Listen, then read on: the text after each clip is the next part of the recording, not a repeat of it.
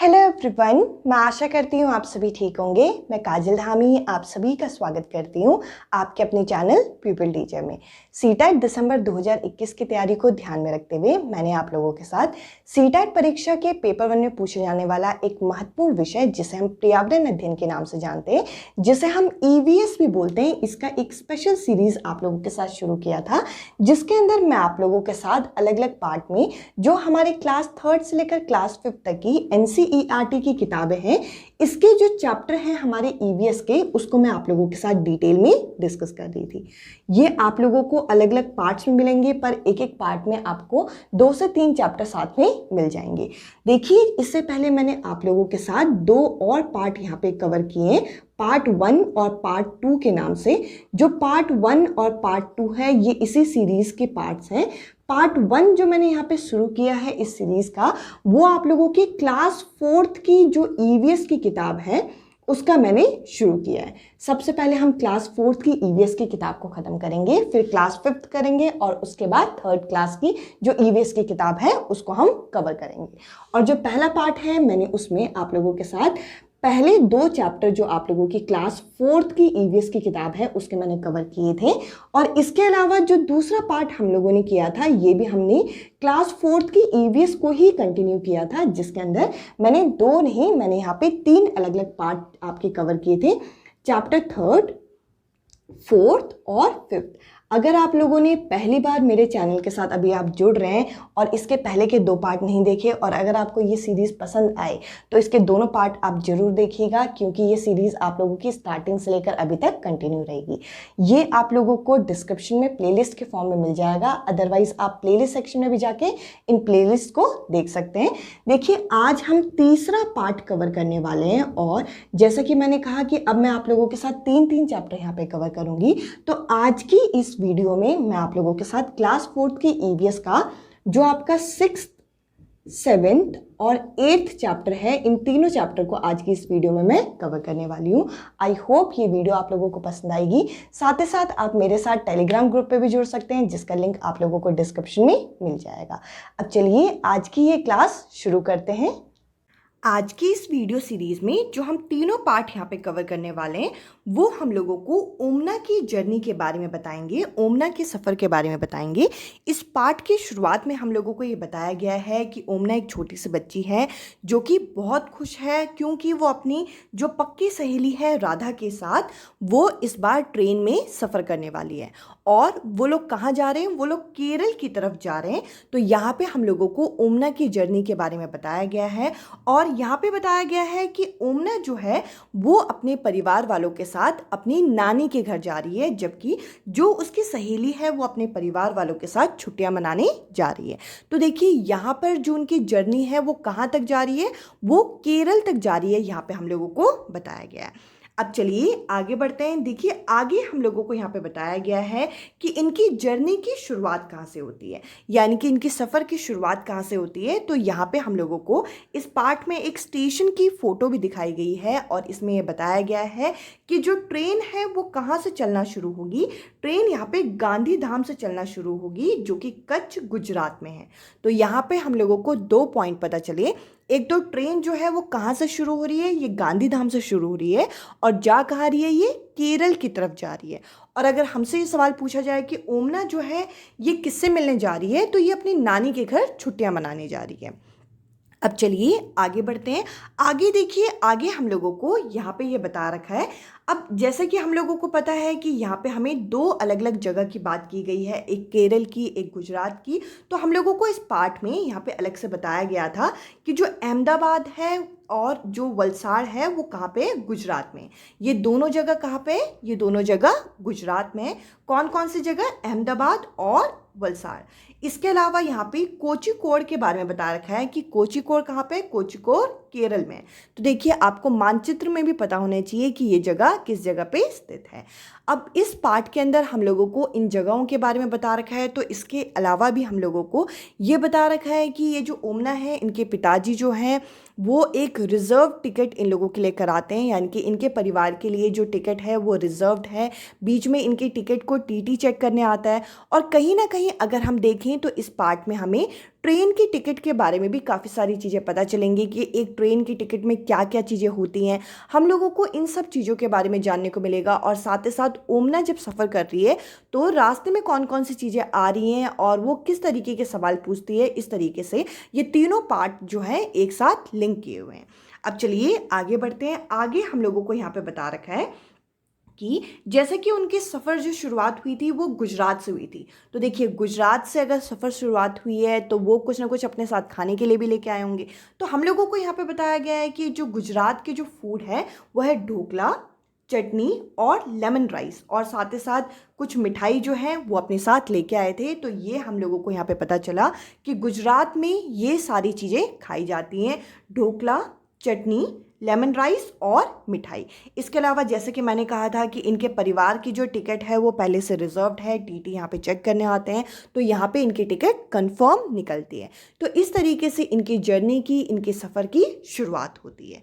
अब चलिए आगे बढ़ते हैं। अब देखिए यहाँ पे बोल रखा है अगला जो पार्ट है, जैसे कि मैंने कहा ये भी ओमना के सफ़र पे ही है। फ्रॉम द विंडो यानी कि खिड़की से जब ओमना सो के उठती है, ओमना सफ़र के समय में एकदम से जब उठती है और खिड़की के बाहर देखती है तो उसे क्या क्या चीज़ें यहाँ पे दिखाई पड़ती हैं। तो देखिए यहाँ पे एक बोर्ड लगा हुआ था बाहर पे जो कि गोवा मडगांव का था। तो वहाँ पे लिखा हुआ था मडगांव। तो अपने पिताजी से पूछती है कि ये कौन सी जगह हम पहुँचे हैं। तो उसके पिताजी बताते हैं कि हम अभी मडगांव पहुँचे हैं जो कि गोवा में। और साथ ही साथ हम लोगों को यहाँ पे बता रखा है कि गोवा से अगर हम केरल की तरफ जाएंगे तो हम लोगों को कितने यहाँ पे ब्रिज और कितनी यहाँ पे सुरंगें यानी कि टनल मिलेंगी, और इसकी हम लोगों को यहाँ पे एक इमेज भी बना के दिखा रखी है। तो देखिए यहाँ पे बता रखा है कि गोवा और केरल के बीच में अगर हम देखें तो 2000 ब्रिज हैं, और साथ ही साथ यहाँ पे सुरंगें कितनी है, सुरंगें यहाँ पे 92 हैं। ये इसके पिताजी इसे बताते हैं जब ये सवाल पूछती है, क्योंकि ये खिड़की के बाहर से ये सब चीज़ें, ये सब नज़ारे देख रही होती है। अब चलिए आगे बढ़ते हैं। आगे अब हम लोगों को, क्योंकि देखिए यहाँ पे दो अलग अलग जगहों के बारे में बता रखा है तो हमें पता होना चाहिए कि यहाँ पे कौन कौन सी भाषाएं बोली जाती हैं। तो देखिए मलयालम के बारे में बता रखा है। मलयालम जो है ये कहाँ पे बोली जाती है, ये केरला में बोली जाती है। इसके अलावा अगर हम मराठी की बात करें तो मराठी जो है ये महाराष्ट्र, गोवा, दमन द्वीप और नादर हवेली में बोली जाती है। ये हम लोगों को पता होना चाहिए, क्योंकि जो अब सीटैट का पैटर्न है वो थोड़ा चेंज होकर आ रहा है तो हमें इन एंड आउट हर चीज़ें पता होनी चाहिए। इसके अलावा यहाँ पे कन्नड़ भाषा की बात की गई है। ये कहाँ कहाँ बोली जाती है, ये कर्नाटका, आंध्र प्रदेश और तमिलनाडु में बोली जाती है। इसके अलावा अगर हम कोंकणी की बात करें तो कोंकणी कहाँ बोली जाती है, ये कर्नाटका, महाराष्ट्र और गोवा में बोली जाती है। साथ ही साथ जो गुजराती भाषा है ये गुजरात में बोली जाती है। तो देखिए आप चाहें तो इतने पार्ट का यहाँ पे स्क्रीनशॉट भी ले सकते हैं, ये काफ़ी इंपॉर्टेंट पॉइंट यहाँ पे बन जाते हैं। अब देखिए आगे यहाँ पे है, अब आप कहेंगे कि इन पार्ट में इतना ही एक्सप्लेन किया है। इन पार्ट में बीच बीच में जो चीज़ें हैं वो यहाँ पे एक तरीके से इन्फॉर्मेशन दे रही हैं, इस तरीके से पिक्चर लगाई हुई हैं कि सफ़र के बीच में क्या क्या चीज़ें आ रही हैं। अब देखिए ये जो आखिरी पार्ट है इसमें सबसे ज़्यादा इंपॉर्टेंट चीज़ है, क्योंकि यहाँ पे हमें ट्रेन की टिकट में क्या क्या चीज़ें होती हैं। इस तरीके के सीटैट के प्रीवियस ईयर में भी सवाल पूछे गए हैं कि एक ट्रेन की टिकट में जो रिजर्व टिकट होती है उसके अंदर हम लोगों को क्या क्या चीज़ें देखने को मिलती है, इनमें से क्या क्या चीज़ें नहीं होती, वो हम क्वेश्चन भी करेंगे। अब देखिए जो अगला पार्ट यहाँ पे स्टार्ट होता है, यानी कि चैप्टर नंबर 8 जो हम लोगों को यहाँ पे दे रखा है, ये बता रखा है कि नानी के घर तक, यानी कि ओमना अब नानी के घर यहाँ पे पहुँच गई है। तो इस तरीके से हमारा कुछ स्टार्टिंग का क्लिप यहाँ पे दिखाया गया है कि नानी के घर तक। अब देखिए नानी के घर तक जब वो पहुँच रही है तो उसके बीच में भी उसे कुछ नई नई चीज़ों का पता चल रहा है, उसको ज़रा देख लेते हैं।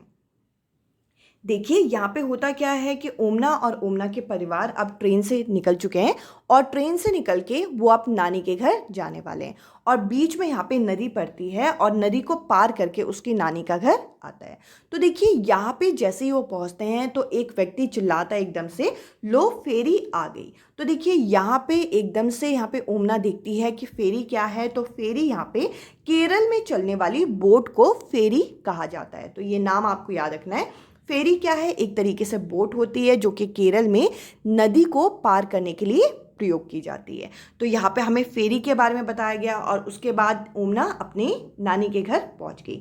अब देखिए यहाँ पे हम लोगों को ये बताया गया है कि अगर हम एक रिजर्व ट्रेन की टिकट देखें तो हमें उसके अंदर क्या क्या चीज़ें कहाँ कहाँ देखने को मिलेंगी। देखिए यहाँ पे कुछ कुछ चीज़ें लिखी हैं, जैसे कि ट्रेन का नंबर, यहाँ पे इसके बाद लिखा हुआ है कि सफ़र शुरुआत होने की तारीख, यानी कि किस डेट से तुम्हारी जर्नी शुरू हुई थी।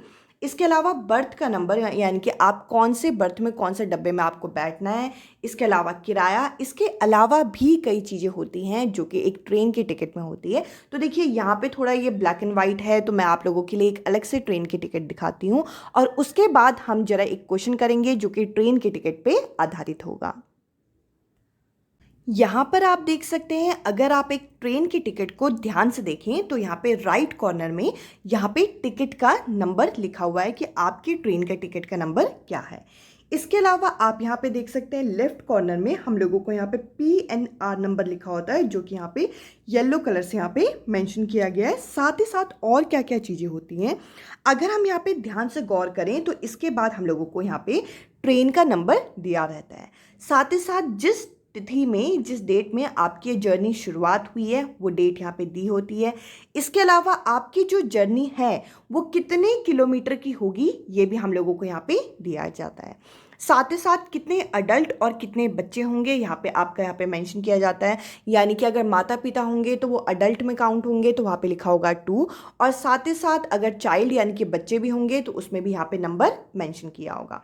साथ ही साथ अगर आप यहाँ पे देखें, यहाँ पे आपको नीचे की साइड यहाँ पे क्लास भी बताया जाएगा कि आप कौन सी क्लास में यहाँ पे सफ़र कर रहे हो, और अगर आपकी एक ट्रेन रिजर्व टिकट है तो वहाँ पे रिजर्वेशन टिकट यहाँ पे लिखा होगा। इसके अलावा यहाँ पे आप कौन से कोच में आपको बैठना है ये बताया जाएगा। इसके अलावा यहाँ पे आपका सीट का नंबर क्या है, कौन सी सीट में आपको बैठना है ये भी वहाँ पे दिया होता है। साथ ही साथ यहाँ पे जेंडर बताया गया होता है और एज भी यहाँ पे बताई जाती है। और इसके अलावा अगर आप यहाँ पे देखें तो टोटल कैश यानी कि जो टिकट है ये कितने की है ये भी यहाँ पे मेंशन होता है। तो देखिए ये कुछ बेसिक चीज़ें होती हैं, जैसे कि ट्रेन का नंबर हो गया, टिकट नंबर हो गया, साथ ही साथ PNR नंबर हो गया, आपकी जर्नी जो है वो कितने किलोमीटर की है, किस डेट में आपने ये जर्नी शुरू की है, कौन सी सीट में आपको बैठना है, कौन सा आपका कोच नंबर होगा, आपका जेंडर, आपकी एज और टिकट कितने की है, यानी कि ये शुल्क हम लोगों को यहाँ पे दिया होता है ये कैश के फॉर्म में। अब देखिए इससे संबंधित एक जरा क्वेश्चन को जरा हल करें जो कि हमसे प्रीवियस ईयर यहाँ पे CTET की परीक्षा में पूछा गया है। ये जो क्वेश्चन मैं आपके साथ डिस्कस कर रही हूँ ये हमसे CTET की परीक्षा में प्रीवियस ईयर पूछा गया है, और इस प्रश्न में ये पूछा गया है कि नीचे दी गई कौन सी जानकारी एक आरक्षित रेल टिकट से प्राप्त की जा सकती है, यानी कि एक रिजर्व ट्रेन की टिकट से हमें इनमें से कौन सी ऐसी इंफॉर्मेशन है जो हमें आसानी से मिल जाएगी। और हमें यहाँ पे 5 अलग अलग पॉइंट दिए गए हैं। तो देखिए फटाफट इन पॉइंट्स को जरा पढ़ते हैं और देखते हैं कि इनमें से कौन सी जो जानकारी है एक आरक्षित रिजर्व ट्रेन टिकट में दी जाती है। तो देखिए पहले पॉइंट में यहाँ पे ए में बोल रखा है कि ट्रेन बुक करने की, जो टिकट बुक करने की तारीख और समय, तो अभी मैंने आपको दिखाया था कि तारीख वहाँ पे होती है, साथ ही साथ समय भी दिया जाता है। इसके अलावा यात्रा शुरू करने की तारीख और समय, तो ये दोनों चीज़ें हमें दी जाती है। तो ए पॉइंट तो यहाँ पे होगा, यानी कि ऐसा ऑप्शन जिसमें ए है वो करेक्ट आंसर है। तो देखिए यहाँ पे ए तो सब में दे रखा है। इसके अलावा अगर हम बी को यहाँ पे देखें तो यहाँ पे बी में बोल रखा है कि डब्बे का नंबर यानी कि बर्थ नंबर और यहाँ पे इसके अलावा किराया। तो देखिए ये दोनों चीज़ें भी होती है, अभी मैंने आपको दिखाया था कि ट्रेन नंबर और टिकट नंबर यहाँ पे होता है, तो ये वाला पॉइंट भी होगा।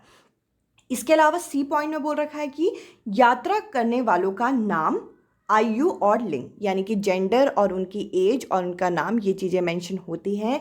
तो ये आपका यहाँ पे सी पॉइंट भी करेक्ट है। इसके अलावा डी पॉइंट में ये बोल रखा है कि यहाँ पे ट्रेन का नंबर और नाम, मतलब कौन सी ट्रेन में आप सफ़र करोगे उसका नाम वहाँ पे दिया जाता है, ये तो बिल्कुल ऊपर होता है। इसके अलावा ट्रेन का नंबर होता है, वह स्टेशन जहाँ ट्रेन पकड़ी जाएगी, मतलब जहाँ से आप ट्रेन पकड़ोगे, और अंतिम स्टेशन का नाम। देखिए आपकी जर्नी कहाँ से कहाँ तक है वो तो मेंशन होती है, वो ट्रेन लास्ट में कहाँ तक जा रही है हमें इससे मतलब नहीं है। जैसे कि अगर मैं गुजरात से केरल जा रही हूँ तो गुजरात से केरल जहाँ से जहाँ जा रहे हैं वो चीज़ मेंशन होगी, तो ये भी आपका होता है। अगर यहाँ पे ई पॉइंट को देखें तो ई पॉइंट में बोल रखा है कि अंतिम स्टेशन पर पहुंचने की तारीख और समय। देखिए, अंतिम स्टेशन से मुझे मतलब नहीं है, मुझे उस ट्रेन में अंतिम स्टेशन से जाना ही नहीं है, मुझे वहाँ तक जाना ही नहीं है। मुझे कहाँ से कहाँ तक जाना है, मुझे गुजरात से केरल तक जाना है। यानी कि मुझे जहाँ से जहाँ तक जाना होगा उसकी इन्फॉर्मेशन, उसकी जो जानकारी है वहाँ पे दी जाएगी। बाकी ये ई पॉइंट यहाँ पे करेक्ट नहीं होगा। ऐसा ऑप्शन यहाँ पे करेक्ट आंसर होगा जिसमें हमें ए, बी, सी और डी ये चारों चीज़ें हमें दे रखे हैं, जो कि हमें बी ऑप्शन में दे रखा है।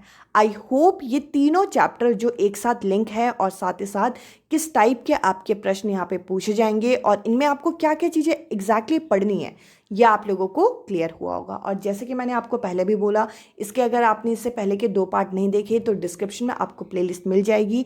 डिस्क्रिप्शन में भी अगर आपको दिक्कत हो तो आप प्लेलिस्ट सेक्शन में जाइए चैनल के, आपको अलग अलग विषयों की प्लेलिस्ट मिल जाएगी, आप वहाँ से अपनी तैयारी अच्छी खासी कर सकते हैं। आज की इस वीडियो में इतना ही। अब मैं आपसे मिलूंगी अगली वीडियो में अगले टॉपिक के साथ। Bye bye, take care.